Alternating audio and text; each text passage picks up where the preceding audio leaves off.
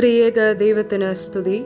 ആഗമന കാലഘട്ടത്തിന്റെ 9-ാം ദിവസമായ ഇന്ന് പ്രഭാതത്തിൽ നമ്മുടെ ഒരുമിച്ചുള്ള ചിന്തയ്ക്കും ധ്യാനത്തിനുമായി തിരഞ്ഞെടുത്തിരിക്കുന്ന വേദഭാഗം വിശുദ്ധ ലൂക്കോസ് എഴുതിയ സുവിശേഷം 1-ാം അധ്യായം 46 മുതൽ 55 വരെയുള്ള വാക്യങ്ങളാണ്.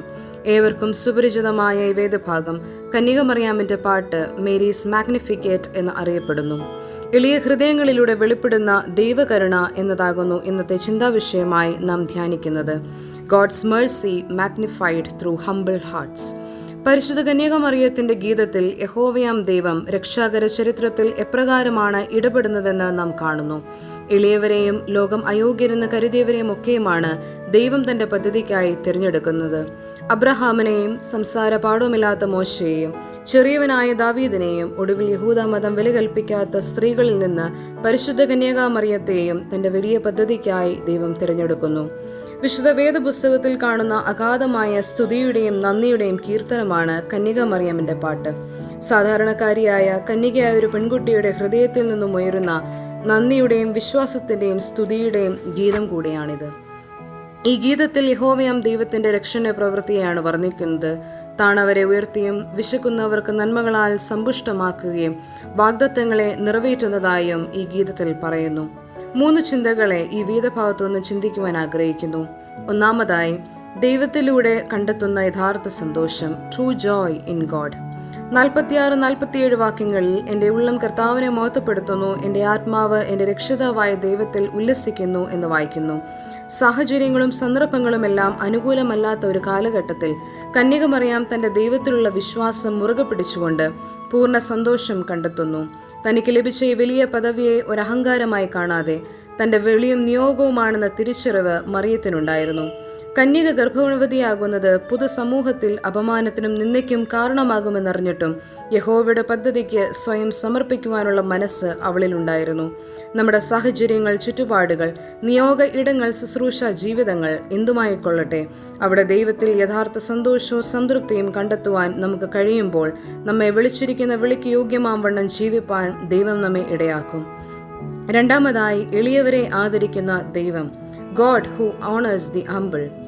48 മുതൽ 53 വരെയുള്ള വാക്യങ്ങളിൽ ദൈവം എപ്രകാരമാണ് എളിയവരെയും താഴ്മയുള്ളവരെയും നയിക്കുന്നത് എന്ന് കാണുന്നു.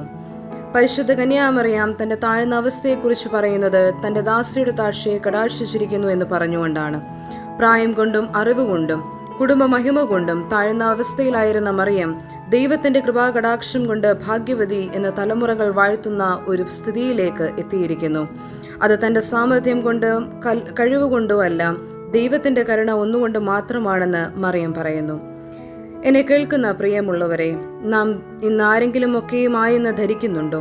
മറ്റുള്ളവരെക്കാൾ നമ്മൾ അറിവിലും അനുഭവത്തിലും കുടുംബ മഹിമയിലും പാരമ്പര്യത്തിലും ശ്രേഷ്ഠരാണെന്ന് കരുതുമ്പോൾ ഓർക്കണം, അതൊക്കെയും ദൈവത്തിന്റെ കൃപാകടാക്ഷം കൊണ്ട് മാത്രം നമുക്ക് ലഭിച്ചതാണ്.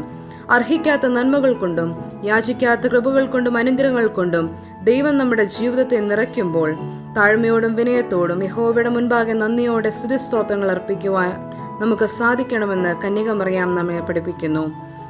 മൂന്നാമതായി, ദൈവം തന്റെ വാഗ്ദത്തം നിറവേറ്റുന്നു. God who fulfils his promise. കന്യകമറിയാമിന്റെ ഗീതം അവസാനിക്കുന്നത് തന്റെ ദാസനായ ഇസ്രായേലിനെ തുണച്ചിരിക്കുന്നു എന്ന് പറഞ്ഞുകൊണ്ടാണ്. കർത്താവായ യേശുക്രിസ്തുവിന്റെ ജനനം സാധാരണമായ ഒരു കാര്യമല്ല, മറിച്ച് പൂർവ്വപിതാക്കന്മാരുടെ അരുളി ചെയ്ത പോലെ അബ്രഹാമിനും അവന്റെ സന്തതിക്കും എന്നേക്കും കരുണയോർക്കേണ്ടതിന് നിറവേറപ്പെടേണ്ട വലിയ രക്ഷയുടെ അനുഭവം കൂടെയാണ്. വാഗ്ദത്തങ്ങളെ മറക്കുന്ന ഒരു ദൈവമല്ല, അത് പൂർത്തിയാക്കുന്ന ഒരു ദൈവത്തിലാണ് നാം വിശ്വസിക്കുന്നത്. നമ്മുടെ അപേക്ഷകളും യാചനകളും പൂർത്തിയാകുവാൻ ചിലപ്പോൾ വർഷങ്ങളോ യുഗങ്ങളോ കാത്തിരിക്കേണ്ടി വന്നേക്കാം.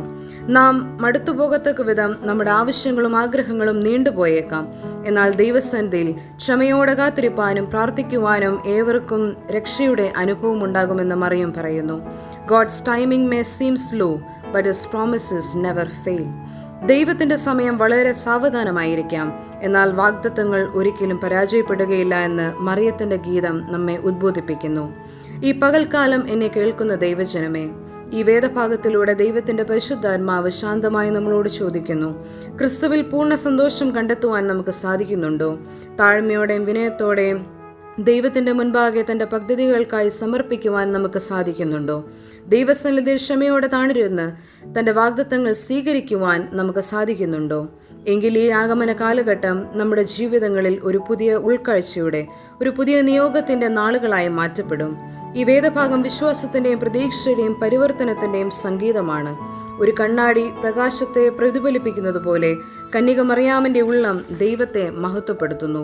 ഈ ക്രിസ്മസ് കാലത്തിൽ സൃഷ്ടിതാവായ ദൈവത്തെ മഹത്വപ്പെടുത്തി ജീവിപ്പാൻ, പരിശുദ്ധ കന്യക മറിയാമിനെ പോലെ നിർമ്മലതയുള്ളവരായിരിക്കാൻ, അത് മുഖാന്തരം അനേകർ നമ്മുടെ ജീവിതം കണ്ട് ദൈവത്തെ മഹത്വപ്പെടുത്തുവാൻ ഇടയാകട്ടെ എന്ന് പ്രാർത്ഥിക്കുന്നു. നമുക്ക് കണ്ണുകളെ അടയ്ക്കാം, പ്രാർത്ഥിക്കാം.